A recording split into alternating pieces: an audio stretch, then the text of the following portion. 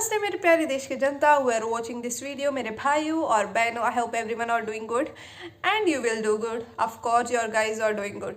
सो इस वीडियो में आज मैं बताना चाहूँगी सीए फाउंडेशन का कोर्स। सो मेरे को एक कमेंट आया था प्रीवियस वीडियो में कि guidance for CA foundation he was an he और शी, आई डोंट नो, वो 11th का या 12th का बच्चा था। सो कॉमर्स बैकग्राउंड से होंगे या साइंस बैकग्राउंड से होंगे या आर्ट्स बैकग्राउंड से होंगे। Every background is okay if you are doing for C A. So अगर आपने ओके फर्स्ट बेसिकली कौन सी ए कर सकता है, who can do CA? First thing is, so if you are an science student, no issue. If you are an art student, no issue. If you are an commerce students, it's good, no issue. but हाँ चलेगा, but एक grip होता है commerce student के लिए, accounts में हो या मैथ्स में हो या इकोनॉमिक्स में हो, दैट ग्रिप होल्ड होता है ना, तो इट्स गुड। लाइक ऐसा कुछ नहीं है कि साइंस वाले क्लियर नहीं कर सकते या आर्ट्स वाले क्लियर नहीं कर सकते, ऐसा कुछ भी नहीं है। Most of the science students he first attempt में पास हो सकते हैं guys. I have seen many of my relatives जो फर्स्ट अटेम्प्ट में साइंस बैकग्राउंड से, और उन लोगों ने फर्स्ट अटेम्प्ट में ही क्लियर कर दिया था, और वो लोग आर्टिकलशिप कर रहे हैं बहुत बहुत बड़ी बड़ी कंपनीज में। And for example you are in 11th, तो आप सोच रहे हो कि अभी से सीए फाउंडेशन का करते जाते। अगर आप मेरी बात मानोगे तो मत कीजिएगा, इस 12th के बाद आराम से कर लेना। So the eligibility for writing the CA foundation is, you have to registration आप 10th में करा सकते हो, no issue. But when you can write the exam is after the 12th exam attempt के बाद ही। लाइक रिजल्ट का tension नहीं है, बट 12th का अटेम्प्ट होना ज़रूरी है। ओके, फॉर एग्जाम्पल नाउ अगर नेक्स्ट 2025 ईयर का बात करें तो 12th, for example you are 12th student and you can registered 4 months before, like you have to register on January, in between January and February, so that 4 months का gap हो सकता है, and you can attempt for June 2024 May 2025। And now registration की बात की जाए तो आप 10th में ही रजिस्ट्रेशन करा सकते हो, and you can prepare from the 10th itself. अगर आपके माइंड में है 10th के बाद, सो अगर आपके माइंड में है कि मेरे को सीए करना है, मेरे को फर्स्ट अटेम्प्ट में करना है वगैरह वगैरह, सो आप 10th के बाद रजिस्ट्रेशन करा सकते हैं, और preparation you can do prepare for 2 years and then you can write the exam after the 12th exam attempt के बाद ही लिख सकते हो अगेन गाइस। एंड रजिस्ट्रेशन हो गया होगा बिकॉज 2 years के बिफोर ही हमने रजिस्ट्रेशन करा दिया था। एंड सीए फाउंडेशन का जो कोर्स है, दैट्स रजिस्ट्रेशन फीस इज़ 9,000। अगर मैं 9,000 is the registration fees. And exam fees की बात की जाए तो एग्जाम फीस इज़ अबाउट 1,500। या every attempt you give the same amount exam fees का होता जाएगा। अगर मैंने इस अटेम्प्ट में 1,500 फेल हो गई, नेक्स्ट अटेम्प्ट में अगर देना चाहूँगी तो 1,500 अगेन वी हैव टू पे। This is an recurring expense. Okay, and registration का जो वैलिडिटी है, आई थिंक इट्स 3 years। या अगर आपको फर्स्ट अटेम्प्ट में क्लियर करना चाहते हो तो you can start from the very beginning of your college, like 11th and 12th।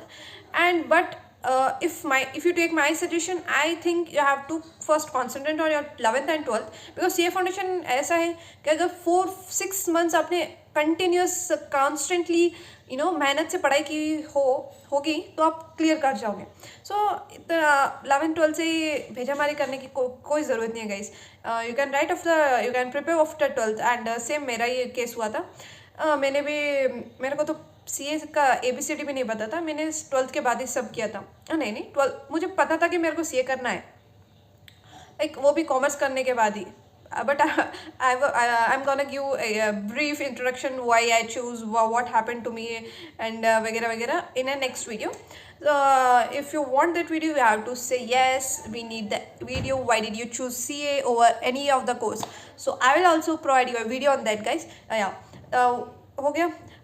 अब बात की जाए सीए फाउंडेशन में कितने सब्जेक्ट्स होते हैं। Basically there are 4 subjects. One is accounts, one is law which is a new subject to all of them. Like अगर commerce के, साइंस के या आर्ट्स के, everyone is new to this subject.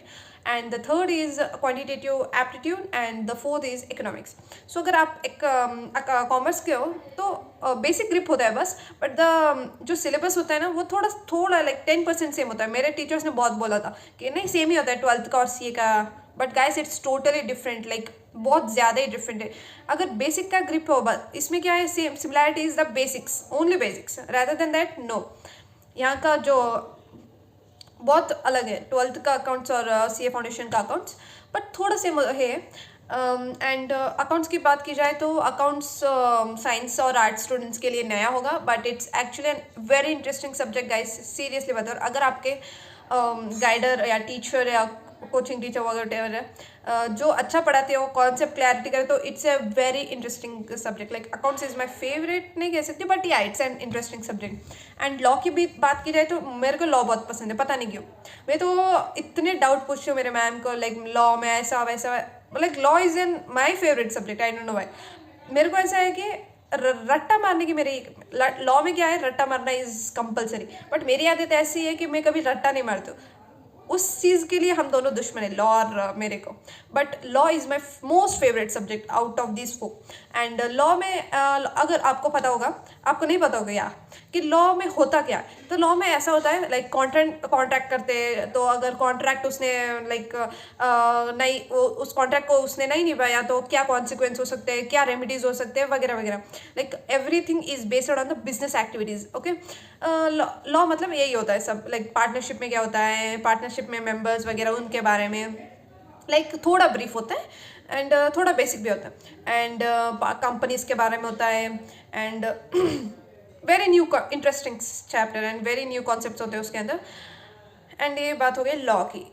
Law और accounts दोनों subjective है, like 100 marks का paper होता है, लिखना होता है, उसमें थ्योरी होता है। लाइक अकाउंट्स में तो ऑफकोर्स प्रैक्टिकल क्वेश्चंस थ्योरी भी होता है, बट लॉ में थोड़ा ऑलमोस्ट थ्योरी होता है, या ऑलमोस्ट थ्योरी होता है गाइस। सो इन दोनों सब पेपर्स में हमको लिखना होता है। And when it comes to quantitative aptitude and economics, these both are objective type of papers. So quantitative aptitude में again the subject is again divided into three divisions. One is of statistics, one is of maths, one is of logical reasoning.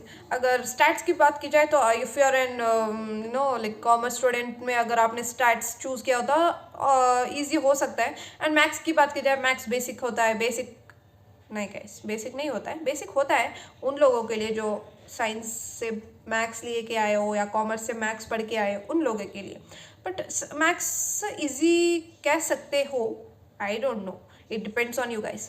या maths ऐसा होता है, वैसा होता है, कैसा होता है वो आप जब पढ़ोगे आपको पता चल जाएगा. लाइक मैथ्स में कैसे होता है, लाइक रेशियो, प्रोपोर्शन और क्या याद नहीं है गाइस. एंड रेशियो प्रोपोर्शन होता है, like simple interest, compound interest, annuities वगैरह, एंड लीनियर इनइक्वालिटीज. और logical reasoning is very good. Like इसके अंदर आप स्कोर कर सकते हो, 20 मार्क्स का आता है और easily you can score in this. And stats की बात की जाए तो स्टैट्स से बेसिक से लेके थोड़ा कॉम्प्लेक्स भी है इसके अंदर. स्टैट्स में स्टैट्स थ्योरी का होता है और प्रैक्टिकल भी होता है. Most practically in this subject is maths का भाग है. This is about quantitative aptitude. And when it comes to economics, जिन्होंने कॉमर्स लिया होगा उनके लिए आसान हो सकता है, जिन्हें इंटरेस्टिंग लगता है उन्हें इंटरेस्टिंग लग सकता है. Economics is also good and it's also easy and it's also easy to score. Actually most of the students मैंने देखे एचसीए के toppers, all India rank 1, all India rank 2, 92, 94, 96 लेके आते हैं इकोनॉमिक्स में. Really great of them, I have salute them. एंड economics यहाँ scoring subject है, स्कोर कर सकते हो, जस्ट कॉन्सेप्ट क्लैरिटी होना चाहिए बस. कॉन्सेप्ट क्लैरिटी से आप अच्छे से स्कोर कर सकते हो. This is all about the 4 subject. Yeah now it comes to passing percentage. 100 each subject, total marks is 400 marks. So इस 400 में पास होने के लिए आपको 200 एग्रीगेट होना चाहिए. और to pass every subject 40 marks is minimum. Like 40 marks in accounts, 40 marks in law, 40 marks in maths and quantitative aptitude, 40 marks in economics. So आप सोच रहे होंगे तो 160 हुआ, बट 160 से ऊपर होना चाहिए. लाइक ये एक दो सब्जेक्ट में आपको 40 से भी ऊपर लेके आना चाहिए, so that you can get 200 से भी ज़्यादा aggregate. This is all about the passing percentage for CA foundation. Next, अगर आप पास हो गए तो कॉन्ग्रेचुलेट्स. सीए इंटर के लिए आप रवाना हो जाएंगे. सीए इंटर का मुझे कोई आइडिया नहीं है, बट इसमें ग्रुप 1 ग्रुप भी होता है, ग्रुप 1 ग्रुप 2, जिसमें 3 सब्जेक्ट ईच होता है. एंड ओके दिस मच मेरे को इतना ही पता है, बिकॉज अभी ब्रीफ मेरे जाने वाली नहीं हूँ, बिकॉज मेरे खुद को नहीं पता, क्योंकि I am still a foundation student, I am still preparing for foundation, and मैंने अभी एग्जाम दिया है, you all know guys, and I hope you could understand the topic which I have explained right now. If you have any queries, again you can, तय दिल से आपका स्वागत करती हूँ, आप पूछ सकते हैं कमेंट सेक्शन में. आई am gonna clarify all your doubts, being a sister, being your whatever you think. And yeah, if you have any issue, if you have any query, you can ask into the comment section below. And most of the topics I have been covered right now. If you I think still kuch bacha hai, रुको. Yeah, one more thing, if you are planning कि हम 10th के से ही शुरू कर देते हो, it's your own decision, but I think you have to start it from 12th only. मेरा कहना मानोगे तो नहीं, I know, but I feel कि 11th 12th में क्या है कि has your wish, but I really believe in 12th के बाद होगा तो अच्छा होगा ऐसा नहीं है, बट 2 years में आप इतना कुछ फाउंडेशन में होता नहीं कि 2 years में आप प्रिपेयर करोगे या वगैरह, but you can prepare, no issue in that also. You can register after 12th, as I said, you can register after 10th, and you can write exam after your 12th exam. Board के exam जो attempt होने के बाद ही आप attempt कर सकते हो CA foundation के लिए. अगर आपको दिस जून 2025 का अटेम्प्ट करना है तो रजिस्टर होना होगा इन दिस जनवरी मंथ में. अगर आपने रजिस्टर किया हुआ तो ही आप मई अटेम्प्ट दे सकते हो, जून या all. And one more thing, foundation का ईयरली थ्राइस एग्जाम कंडक्ट होता है 4 months में वन टाइम, लाइक जनवरी. नेक्स्ट अटेम्प्ट इज ऑन मई और जून, इट वेरीज एवरी टाइम, जून और मई, एंड नेक्स्ट इज सेप्टेम्बर. या ईयरली थ्राइस होता है एग्जाम्स. या it's all about your exams conducted over by ICAI, and ICAI वाले चेंज करते रहते हैं सिलेबस, लाइक थ्राइस 3 years के बाद एक बार. या इतना ही है, और कुछ याद नहीं आ रहा है मेरे को.